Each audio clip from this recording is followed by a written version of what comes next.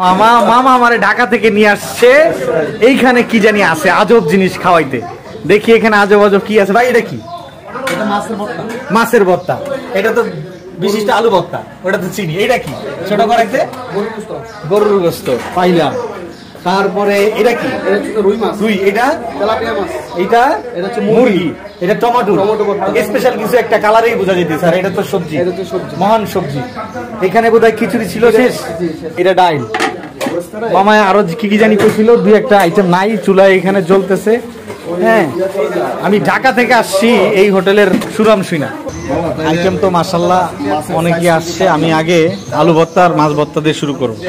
আলু ভর্তা, মাছের ভর্তা, টমেটো ভর্তা, এই তিনটা জিনিস দিয়ে যদি খাই বাইরে মানে অন্যদিকে তাহলে কেমনে যায়? এই যে জিনিসটা খাইলাম যে ঢাকা থেকে আইসি রাঙামাটিতে খাইতে সার্থক।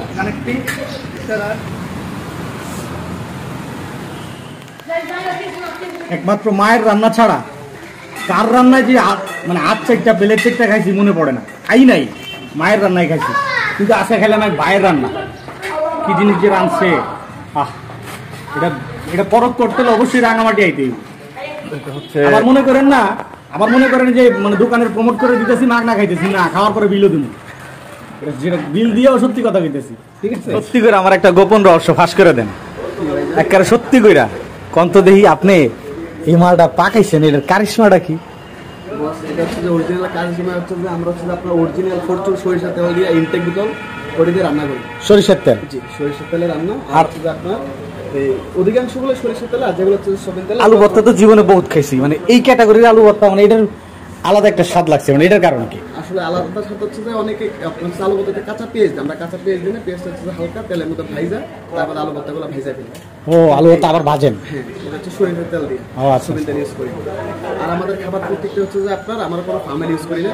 ইনটেক 5 লিটারই হচ্ছে যে আপনার বোতল, এবং সরিষার তেলও ইনটেক, সবগুলো ইনটেক ইউজ করি। সবাই এই খাবারটা যদি পরখ করতে চান তাহলে আপনাকে কোথায় আসতে হবে? আমি এই যে সাইনবোর্ডের ঠিকানাটা দেখাইতেছি। ঠিক সাহস করে বুকে বল নিয়া পকেটের টাকা খরচ কইরা টিকিট কাটতে আশা করবেন এখানে খাইতে।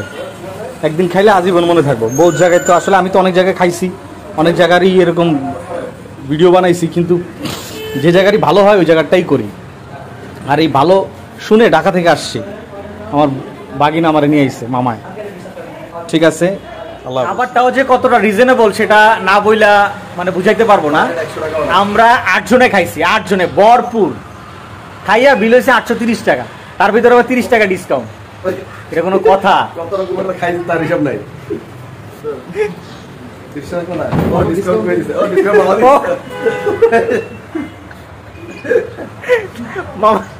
মামা ডিসকাউন্ট পাইছে 30 টাকা, তাহলে আমার 15 টাকা দেন।